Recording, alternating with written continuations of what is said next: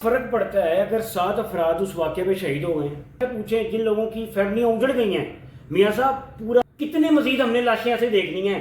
آپ کے سامنے ہے سیدنا عمر فاروق رضی اللہ تعالیٰ عنہ کے دور میں آپ نے فرمایا تھا کہ اگر دریا فرات کے کنارے کتا بھی مر جائے گا اس کی ذمہ داری عمر پر ہوگی. بسم اللہ الرحمن الرحیم. السلام علیکم ناظرین, میاں ٹی وی اردو کے ساتھ میں ہوں آپ کا میزبان میاں عثمان. میرے ساتھ وقار قریشی موجود ہیں. وقار کیسے ہیں آپ؟ الحمدللہ صاحب. ناظرین, کل کراچی کے اندر ایک اور آگ لگی ہے. بہت بڑے پیمانے پر آگ لگی تھی, تیسرے درجے کی آگ, اس کو ڈکلیئر کیا گیا.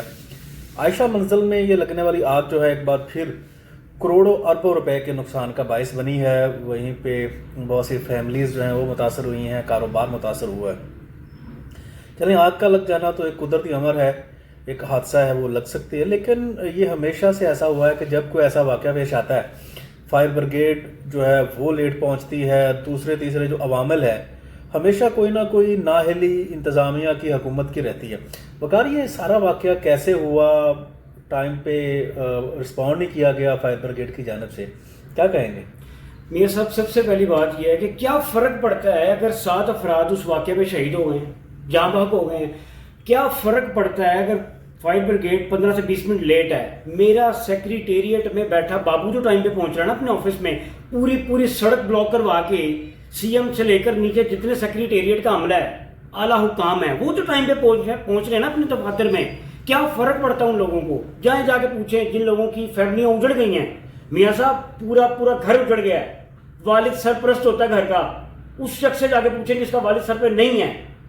کیا فرق پڑتا ہے ان لوگوں کو؟ جائیں ان لوگوں سے جا کے پوچھیں جن کی پوری فیملی اجڑ گئی ہے, گھر برباد ہو گیا. موت ہر ایک کو آنی ہے, لیکن یہ کیسی اذیت ناک موت ہے. یونس کے اندر شرم کا مقام ہے ان لوگوں کے لیے جو اس ڈپارٹمنٹ میں رہتے ہوئے بڑی لاکھوں کی مراد لے رہے ہیں, تنخواہیں لے رہے ہیں, ٹائم پہ نہیں پہنچ رہے.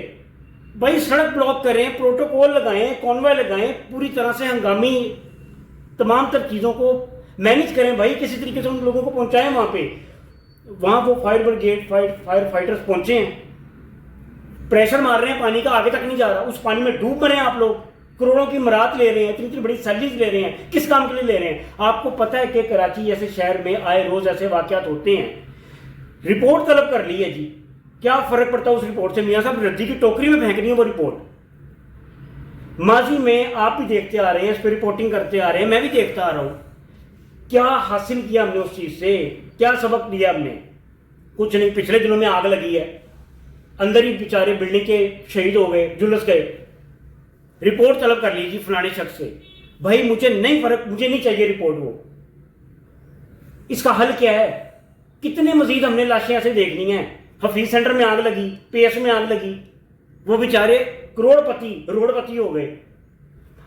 کم از کم پولیٹیشین جو ہیں وہ اسی اینگل سے لے لیں کہ ہمارے 7 ووٹر دنیا سے چلے گئے ہیں, 7 ووٹ کم ہو گئے ان کے, شاید ان کی صحت کے اوپر, ان کی ذات کے اوپر کوئی فرق پڑ جائے. یہ سمجھ سے باہر ہے کہ کیا دیکھنا چاہ رہے ہیں میاں صاحب.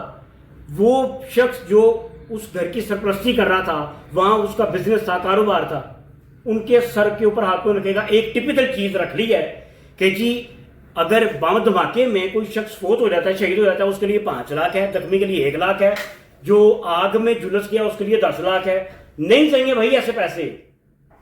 میاں صاحب آپ مجھے یہ بتائیں, کیا یہ باقی بات ٹھیک ہے کہ رپورٹ لے لی؟ بھائی رپورٹ سے کس کو قصوروار ٹھہرانا آپ نے؟ ناظرین, سارا کچھ آپ کے سامنے ہے. سیدنا عمر فاروق رضی اللہ تعالیٰ عنہ کے دور میں آپ نے فرمایا تھا کہ اگر دریا فرات کے کنارے کتا بھی مر جائے گا پیاسا تو اس کی ذمہ داری عمر پر ہوگی. یہاں پہ تو انسان جیتے جاگتے انسان گئے. اس نااہلی کا ذمہ دار کون ہے؟ اور یہ جو 7 افراد, یہ وہ 7 افراد نہیں تھے, وہ 7 خاندان تھے. ان 7 خاندانوں کا خون کس کے سر ہے؟ وزیر اعلیٰ صاحب, وزیر اعظم صاحب, یہ سب کا خون آپ کے سر ہے. قیامت کے دن آپ کا گریبان پکڑیں گے انشاءاللہ. انشاءاللہ پکڑیں گے آپ کا گریبان. اپنا خیال رکھیے گا. اللہ حافظ.